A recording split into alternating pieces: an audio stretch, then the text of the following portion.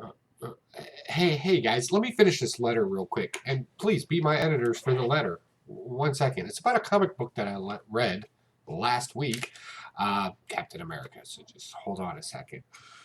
Uh, Dear Coates, aka so-called comic book creator.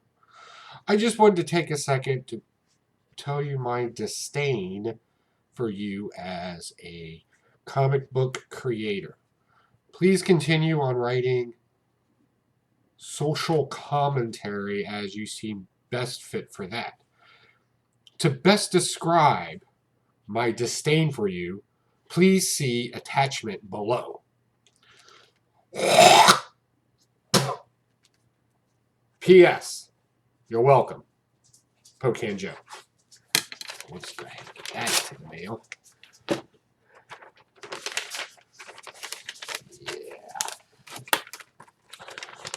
We'll get that into the mailbox for him.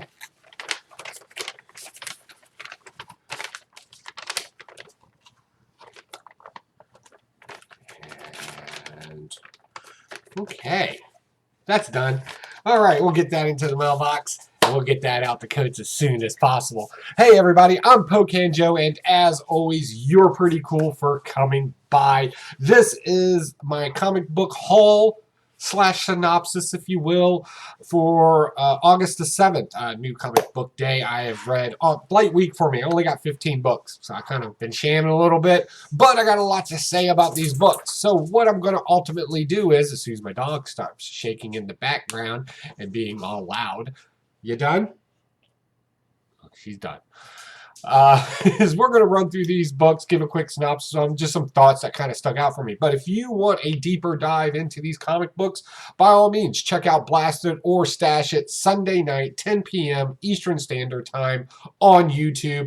Also, if you want a deeper dive and you want to talk to me about these comic books, or maybe you have some things you need to say, you can catch me on Twitch Sunday 12 noon Eastern Standard Time over at Twitch. You can locate me by simply typing in Pocan Joe. I'll have the live chat going. We'll run through the books again. Maybe you saw something in it. Maybe you disagree with me. That's the time to sit down and we can have that personalized conversation right there. Or we can do it on Blast or Stash It on YouTube, where we have the live chat going there as well. But just to give you a quick synopsis of what I got and what I read, what we're going to do is we're going to start with DC. So we're going to go ahead and just start with DC number 76 right here. First off, how can you not go with this cover? It is a great cover. This is going into the City of Bane story arc, and it's a little convoluted for a story. If you don't know, we have Thomas Wayne's Batman and Gotham Girl. They're kind of running a role right now for Bane in Gotham City. The villains are taken over, and there's some other villain type people that kind of have a problem with it. So they're wiping them out. Apparently, no heroes are allowed in Gotham City because they're self-monitoring or policing themselves, if you will. It's the first thing that kind of came to mind there, the heroes not being allowed in there. To confirm this, we get one of probably a hero who doesn't get as much notice as he used to, but we get Captain Atom in here, and of course, Gotham Girl dispatches him pretty quickly in this particular story arc, which is fine. Overall thoughts of this, I've never been a big fan of Kite Man. Like, I don't know why that's a villain. Shouldn't it really be Glider Man, though? Because he's always riding a glider. I don't know. But, and also while I read through this, I don't know why all of a sudden our Batman, our Bruce Wayne, is knocked out unconscious. I'm not sure why. In the last issue you saw, he was going through the Himalayas or whatever, mountain on the mountaintop there, looking for Catwoman, found him apparently, and that whole story transition arc was a mess. Overall thoughts about this, though, I didn't find it terribly bad. It was good story flow, good pacing, beautiful art in it, and the story kind of made more sense than anything else that we've read thus far. So yeah, not too shabby. I'll definitely stash that. I would keep that. For the art alone in it was beautiful. Moving on. All right, we're going to go into Justice League. This is continuing on with the Year of the Villain. Uh, this is a weird story. Like, we get Jaro, the little octopus thing that can read people's mind. It's a piece of Starro because they ran out of names. Apparently, he's going to go infiltrate the Legion of Doom, and he wants to be the superhero. He's very childlike to some degree. And ultimately, what he really does in the whole thing, he's actually taken over all the heroes to protect them and make them safe, as we see in there. I can open it up. This is a great classic story type where heroes trying to do the right thing by the bad means, and of course, Batman has to explain that to Starro or Jaro. At the end, we find out the Legion of Doom actually have a piece of Starro, and they're going to try to resurrect him because apparently, with all the different cosmic powers, this story is very convoluted. A lot going on in it. I think it's too much. They should have just kept it kind of clean and standard with all the other tie-ins and everything. You can get lost in this very quickly. And the art is representation of that because like every little bit of negative space that could possibly be filled with something is filled with something in here. There were some cool parts in it, no doubt, but overall story was just kind of just all over the place. I had a little trouble following it. I might read it again right beforehand, but all in all, what is the story about? It's about people having agency and having agency taken away from them. This is what Jaro does. And that's a problem. Everybody should have their own agency, be their own person, if you will. And that kind of gets stolen in there. So that's like the main, I don't know, moral factor of the whole story, maybe. Again, a lot going on in there. Moving on. How cool was this comic book? If you don't know, this is Deceased. Number 4, I went with the soldier on the front. I actually have all 3 covers on order when they all come out. But I had to go with that one with the soldier on the front. I just thought that was a cool look. Best DC book out there, bar none. I'm telling you right now, this is where it's at. I only picked up 3 DC books this week. This thing is so good. Everything you want to know about this. Look, you want to see Cyborg standing in the hole that he blew through Gargantua? Whatever her name is. The 50-foot woman, right? Apparently she turns into a zombie. He shoots a hole through and he's just standing. The imagery of it, I just got to find it for you. It is just great. It was something you definitely weren't expecting because something else was about to happen. And they switched that around on you. But yeah, this is just some great storytelling. Everything you want to see in a comic book is being played in here. And then, I mean, with art like that, that's just clear and in your face.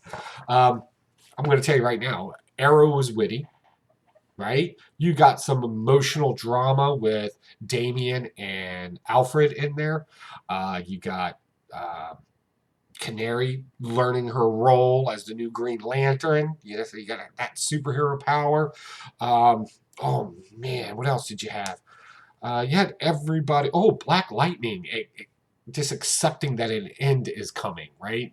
I'm gonna ruin it for you, but if you don't know, Captain Atom is going to explode in this. Which, if you don't know, he has like a lot of energy, so it's kind of like a giant nuclear bomb going off, and they see the blast coming, and all he can do is just hug his kids and say, just hold on. Oh my, that was just so powerful. Every emotional hit on here that you could possibly do good and well was done. I absolutely love this. The absolute hopelessness. This thing's nothing about, the entire story's about losing. That's it. The bleakness of Cyborg at this point, just down and it is just beautiful. It's what a comic book should be. Right there, taken to the edge where nobody can win, and hopefully in the next few issues, we got 5 and 6 coming out. Hopefully we'll be able to figure those out. Just great stuff. Moving on to my Marvel, Age of Atlantis. Yeah. Yep, there it is. It came out. Good job. I don't... how bad do we trash this? Right? We get another hero who comes out of nowhere. This is another one of those things where everybody's really the same, and they legitimately characterized it by pushing all these different countries together where you can legitimately walk. Don't ask how that worked. They're just use science fiction talk. Um, it was kind of weird. I did like the secondary story in it with the old agents of Atlantis in it, where you get Gorilla Man and the robot from the 1950s and female version of Namor and all that. That was an actually pretty good story. I want to see some more of that. But beforehand with this, I'm in charge, but I'm not really in charge because nobody listens to me and they don't have to, and we're all really the same. They're still playing that Pied Piper, and it is getting dull. I'm sorry. You could do so much with these characters that it would just be unbelievably good, and instead you chose to do that. That was your choice, and then you doubled down on it, which whatever. All right, Black Cat. This is whimsical fun, right? In Black Cat, we have our villain. If you don't know, I don't want to ruin it for you, but we have a Merlin type villain. He gets all powerful because Black Cat hired him to break into Stephen Strange's place. They go through all the obstacles. He's finally found what he was actually looking for. He's got a hold of it, and we got talking ghost dogs, twin-headed snakes, Bad Idea Nightmare, Stephen Strange's. And then we find out that, and this is where the story kind of went downhill, the Black Cat doesn't actually have to do anything to really win the fight because she's lucky. She manipulates luck. But the cool thing about it is the fox is back into play here. Oh, by the way, what about that cover, right? Oh, what sexy.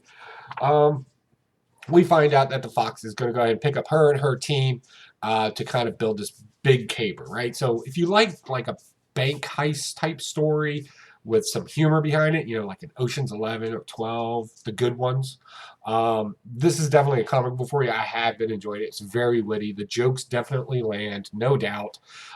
So yeah, definitely check it out if that's your kind of story. I'm going to leave that one up to you. Moving on, Cosmic Ghost Rider. Boom. All right, so we get all caught up to the big scene where Frank Castle's family is about to die, and older Frank Castle kind of had to let it happen, right? That's the down part of it. Sad story, but he's in a cave. He's locked away. It's the future. He's looking like Jesus comic or God, Cosmic Ghost Rider with the beard and everything. He's got some dealings with Spider-Man in it and the entire teams. We're taking place to previous storylines as well in this. This played out very well. I thought it would start getting complicated, but it's not. It actually works. It plays out very well. They're still playing off of past stories, of course.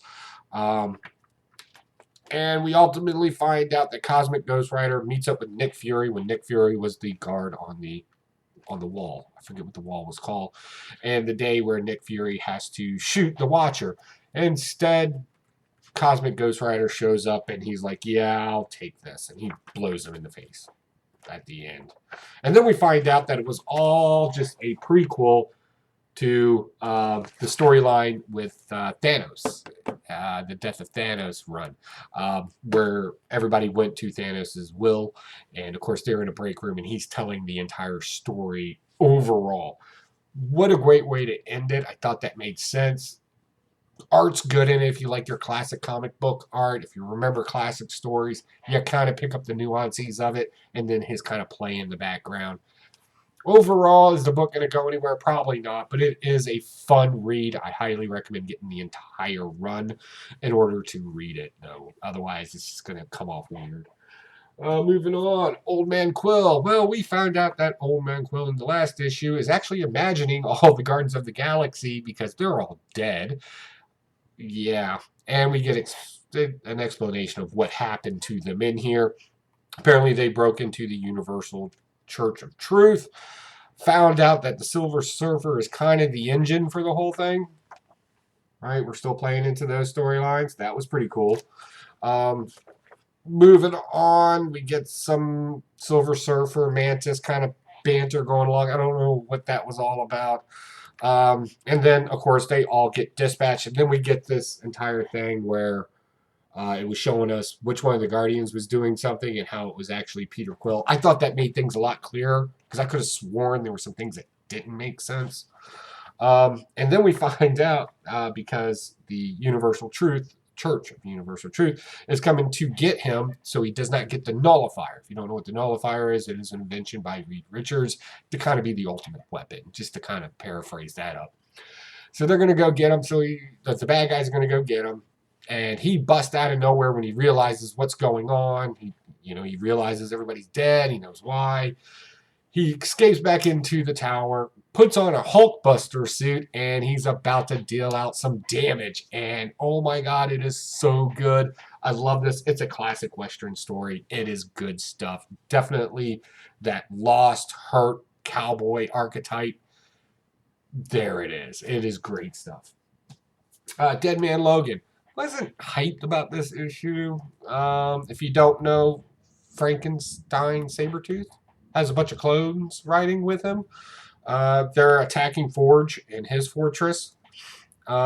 Basically, they get the baby Hulk character. They kidnap him.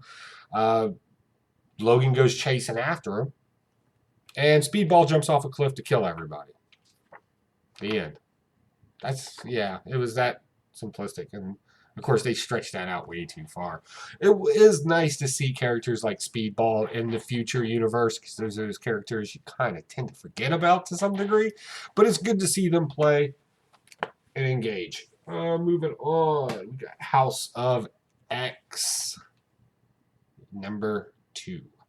I went with this Scotty Young cover on it because my wife loves Scotty Young art. So a bunch of things happens and it happens over and over again because somebody's superpower is reincarnation. Here's what drove me crazy about this book, and maybe y'all can help me out there. Comment down below. Every time she's reincarnated, does the timeline start over? Because if it does, she shouldn't have met Xavier that many times at that age at the same bar and everything else, right? So the assumption is that time starts all over again. And if you even follow the timeline that they try to draw in here, they literally draw a line where everything kind of happened. There's still a lot of plot holes in everything. Like, a lot of it just doesn't make sense. Like, the First Lady dies at the age, the first version of her dies right around, let's see, she lives for 74 years, right? But the two longest ones go all the way up to 2019. I don't know, it's weird.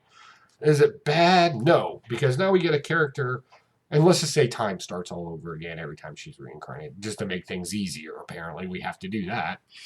I like how the different Marvel timelines and things that happen in them, she kind of has a role in all of them. Everything from Apocalypse. She gets different views and wants to try things a different way, and it gets kind of weird. But I just don't see this as an X-Men story per se, right? It's just, I don't know. Moving on, Immortal Hulk. This is just good reading. We get a little Joe Fixit in here. We get a little Rick Jones. For some reason, Gamma Flight's still a thing, or Alpha Flight's still a thing, but they're Gamma Flight now, and I don't know. That's a weird one. I don't much care for those characters, but everybody else in this is really cool. We get great spreadsheets.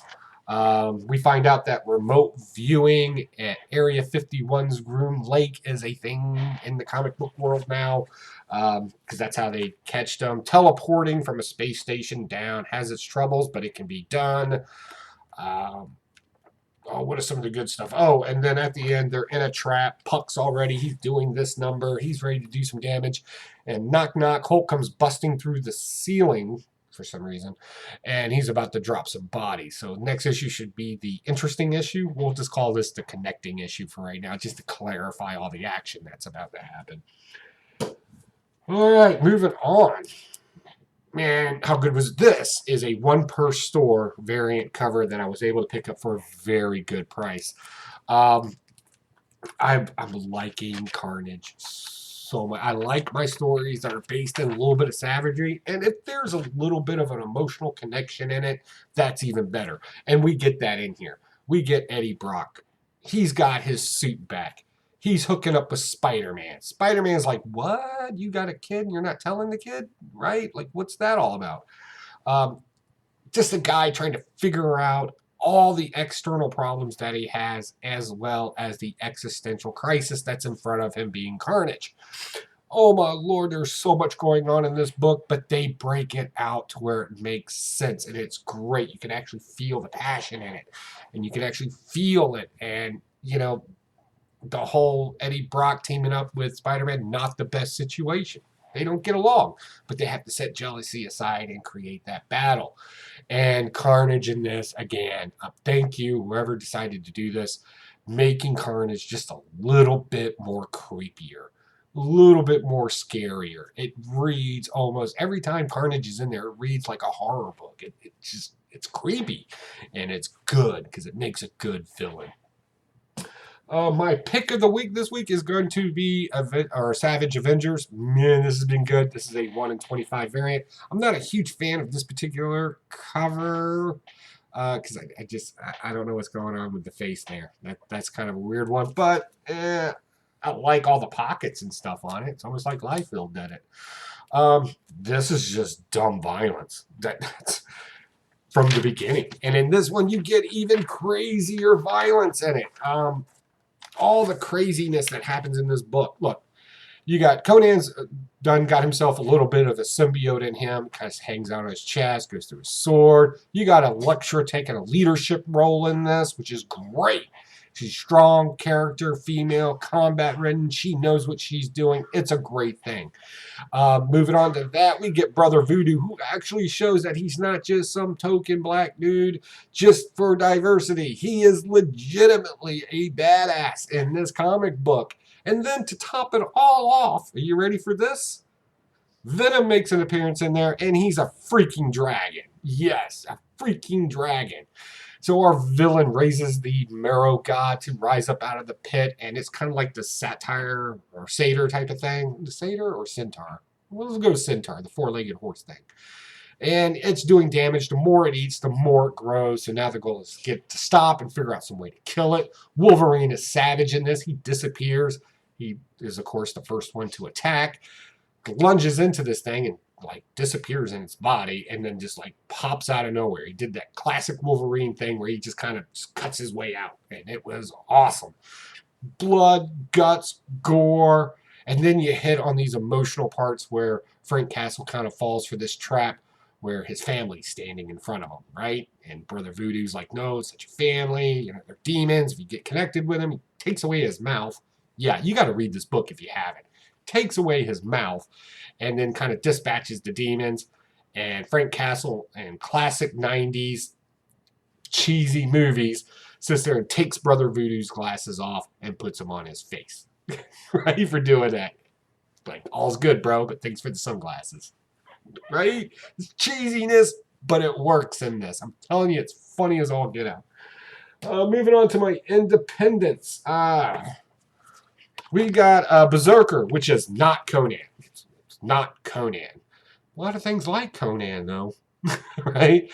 He lives in this particular hero right here, the Berserker, is the badass of his world. We'll put it that way. He's a barbarian type. Just kill everybody. He has a family, a wife, and a daughter. Apparently, he's the king of their village. He goes away to fight wars. Apparently, some raiders came through and killed his family and his wife. And the emotional scene in this was definitely heart-wrenching. He's crying over his dead family. The raiders come back, and at some point, he's just like, just give up. Why am I fighting so much? Just hang your head down. And then magic happens. That wasn't made very clear to us. Magic happens, and then he's plopped down into Central Park. Will this be a movie, should be the question, because it reads like it could be something on Hulu or Netflix or something along those lines. Basically, it's like taking Conan, Once Upon a Time, and kind of melting those together. Remember that show, Once Upon a Time, where all the characters came to like New York or something and nobody cared, so they stopped watching it after season 2? Yeah, it's like that when it was good. So yeah, look forward to some more of this. I'm kind of curious about this. I love the fact that the dialogue in is mostly narration, meaning it coming from the person's thought. So I'm kind of looking for some of that more dialogue once he starts interacting with our universe, I guess is the best way to put it.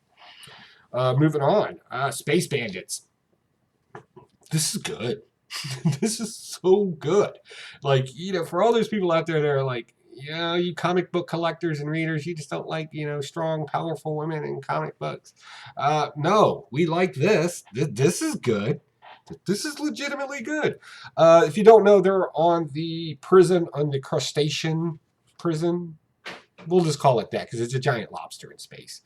Once a year, they all get to have like a battle royale match, and the Warden makes a lot of money off of it, of course. And our female character, she wants to fight in this fight so she can go and get out because it's a get out of jail free card if you win, um, and go seek revenge on her lover that kind of screwed her over, and he did, like he legitimately did. So she finds out real quick that, well, maybe she's not the toughest person on this planet. She gets her ass handed to her in the first battle, but that's okay because she has a smart friend right here who's legitimately smarter than everybody else. But she doesn't exactly pontificate her plan very well. She just kind of says, do this at this time, blah, blah, blah, blah, and just barks orders.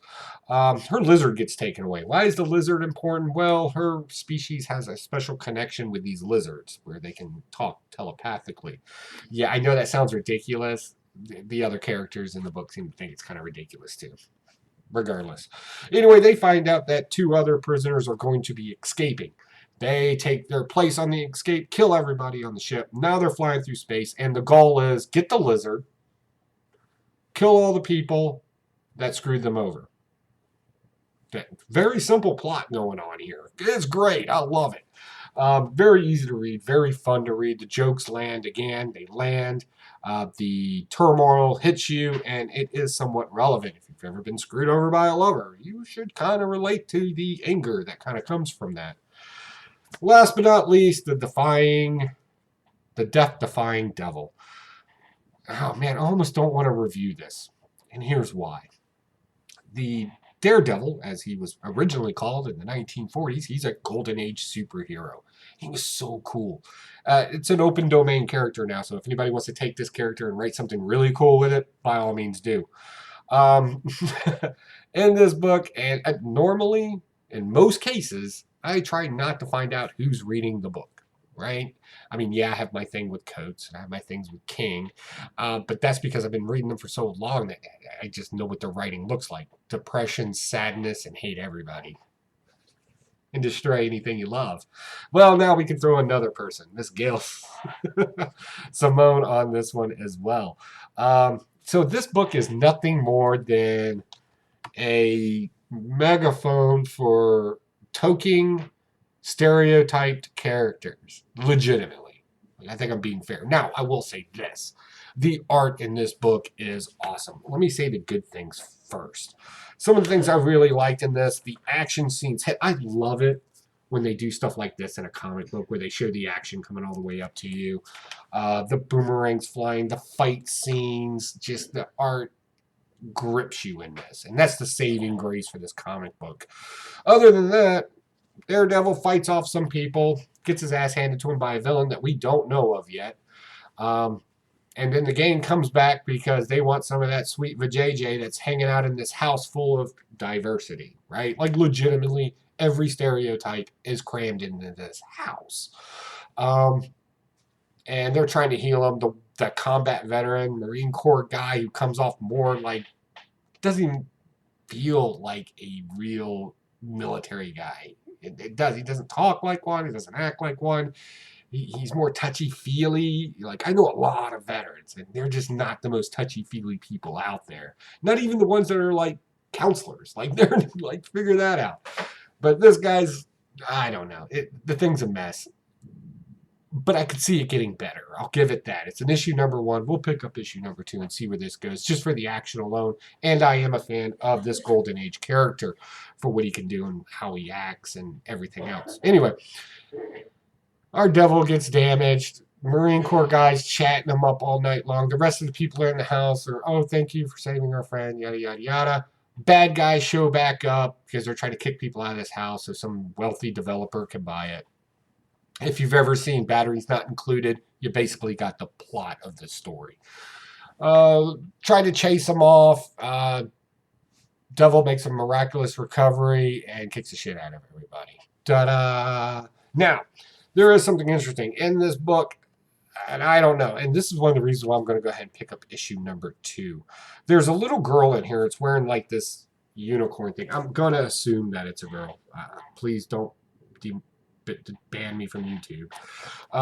And she's all like, "Oh, owie, you got owie, superhero guy," and she gives him a kiss and whatever else. But nobody else in the room seems to ever be interacting with her. Like their backs are turned when she's doing stuff. It's just really awkward. And I thought I was gonna chalk it up to bad writing, and then I saw this right here. The bad guys are coming in this particular scene, and she's out on a tire swing, and it's dark shadows. I'm going to go ahead and call it. Spoiler warning, she's a ghost. I'm going to call it. Because this is not a complicated book to figure out. We'll just go ahead and chuck that in there. And it's very obvious, the story they're telling here. And it's not particularly entertaining. But I will pick up issue 2. 1, to see if I'm right, to see if the little girl's a ghost. And if I am, then we'll just go ahead and set the whole thing on fire because it shouldn't be that predictable. Legitimately, it shouldn't be. And we'll be sure to blast it this weekend. So, other than that, what's going on? Let's see here. We got Baltimore Comic-Con coming up in October. Definitely want to see you all there. Swing by, catch up with us at the meetups that we do with Comic Core. Have a couple of beers with us. Apparently, we're getting 2 houses because why not? You get to meet all the Comic Core. Me and Spectacular Spider Grandpa are going to be there from Blaster to Stash It. We'll also be walking around the Comic Core because we've teamed up with our friends over at the American Legion with the American Legion National Press Association. And we're going to be doing interviews with whoever will talk to us about superheroes and what they mean to them. Kind of hit it on a more meta basis, if you will.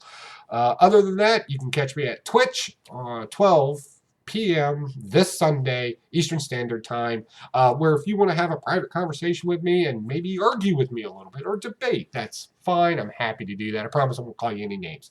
I'll have my comic books there. We'll do another review of them for the people on Twitch, a little longer format.